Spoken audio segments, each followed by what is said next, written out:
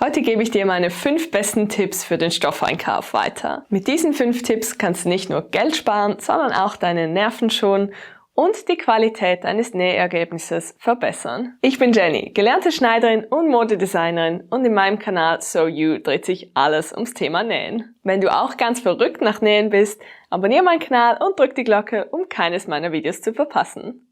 Legen wir los!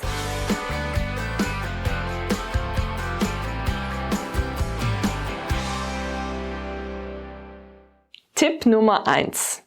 Halte dich beim Stoffeinkauf an die Vorgaben des Schnittmusterherstellers. So verlockend es auch ist, deinen neuesten Lieblingsstoff zu wählen, halte dich unbedingt an die Vorgaben des Schnittmusterherstellers, denn die geben immer vor, welche Art von Stoff du für dieses spezifische Schnittmuster wählen sollst.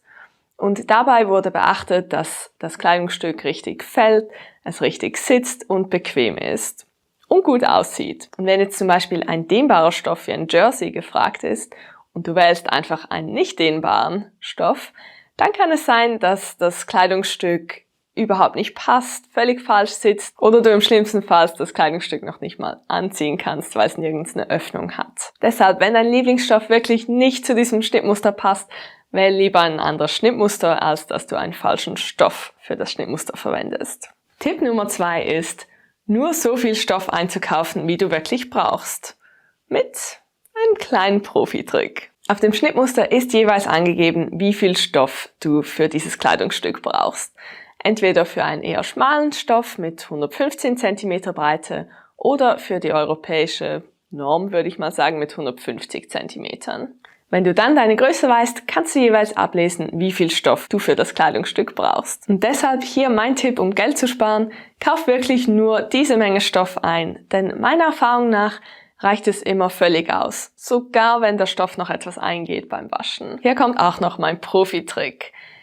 Oft kannst du sogar noch Stoff sparen und brauchst weniger als angegeben ist, denn der Lageplan des Schnittmusterherstellers ist immer so aufgestellt, dass der Stoff einmal in der Mitte gefaltet wird und die beiden Webkanten aufeinander liegen. Sehr oft kannst du den Lageplan optimieren, wenn du zum Beispiel 2 Stoffbrüche erstellst, wenn du die beiden Webkanten von der Seite her zur Mitte faltest. Gerade wenn du viele Teile hast, die einen Stoffbruch benötigen, kannst du so extrem viel Stoff sparen. Es lohnt sich also, vor dem Stoffeinkauf auch mal kurz das Schnittmuster zu öffnen, anzuschauen und zu sehen, wie der Lageplan erstellt wurde. Wenn du trotzdem unsicher bist, gerade so wenn es ums Einlaufen des Stoffes geht, kannst du maximal plus 10% mehr Stoff einkaufen. Und dann bist du wirklich auf der sicheren Seite. Wenn du noch unsicher bist, weil du vielleicht gerade erst anfängst mit Nähen und denkst, ja, ich kaufe lieber ein bisschen mehr Stoff ein, falls ich mich verschneide, das Problem kannst du umgehen, indem du den Stoff sofort verarbeitest, nachdem du ihn gekauft hast. Denn wenn du dich dann verschneidest und mehr Stoff brauchst, ist die Wahrscheinlichkeit sehr viel höher, dass der Stoff noch da ist, sei es jetzt im Laden oder online, dass du mehr kaufen kannst. Wenn du schon von Anfang an mehr kaufst und dann doch alles perfekt zuschneidest, dann hast du einfach wieder Stoffresten zu Hause, die dich dann mehr Geld gekostet haben. Beim Tipp Nummer 3 geht es um Geld sparen. Treue wird meistens belohnt. Also frag unbedingt an, ob du ein Kundenkonto erstellen kannst, sei dies nun in Laden oder online. Denn die meisten Stoffläden geben da noch Prozente. Manchmal sind es Direktprozente, oft ist es einfach so, dass du eine gewisse Summe ausgeben musst und dann erhältst du Rabatte. Aber so oder so kann es sich wirklich lohnen. Ich persönlich würde bei jedem Stoffladen nachfragen, ob es ein Treueprogramm gibt, bei dem du dich eintragen kannst. Und so kannst du ziemlich viel Geld sparen. Beim Tipp Nummer 4 geht es ebenfalls um Geld sparen, denn hier findest du Stoffe zum Sparpreis.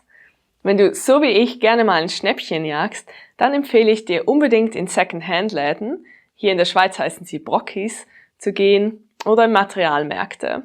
Dort findest du zum Teil wahre Schätze für einen sehr kleinen Preis. Klar, es ist immer noch so eine Glückssache, ob du was findest, aber wenn du dann was findest, freust du dich umso mehr. Außerdem gut zu wissen, die Ausverkaufszeit von Stoffläden ist meistens Ende Jahr und so im Juni, Juli. Denn dann wollen die Händler Patschaften für die neue Kollektion, die kommt. Also wenn du ein bisschen offen bist mit den Farben und den Mustern, dann kannst du hier richtig gute Deals machen. Und schließlich Tipp Nummer 5. Mit diesen Billig-Kurzwaren sparst du langfristig kein Geld.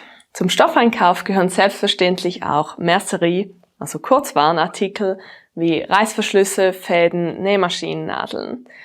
Und hier kannst du zwar sehr viel Geld sparen, wenn du eine billige Variante wählst, aber langfristig wird dich das sehr viel mehr kosten.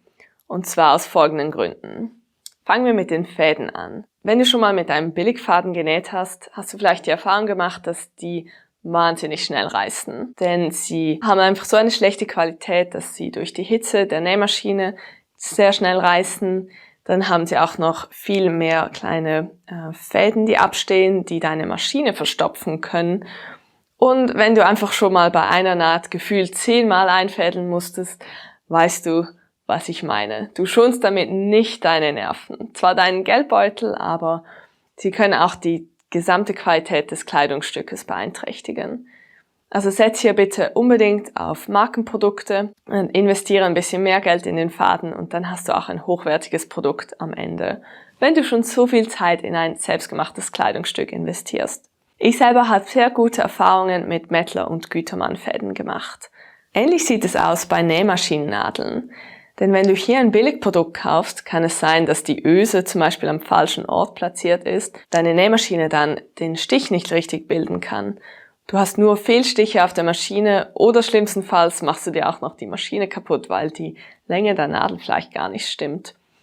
Also von dem her auch hier bitte unbedingt lieber auf ein Markenprodukt setzen, das hochwertig hergestellt wurde, dass du dir deine Maschine schonst und auch noch deine Nerven, weil sie dann einfach richtig näht. Die Nähmaschinen kosten zwar auf dem ersten Blick dann mehr, langfristig sparen sie dir aber Geld, weil sie deine Nähmaschine nicht kaputt machen. Auch bei Reißverschlüssen empfehle ich dir unbedingt auf ein Qualitätsprodukt zu setzen, das etwas teurer ist.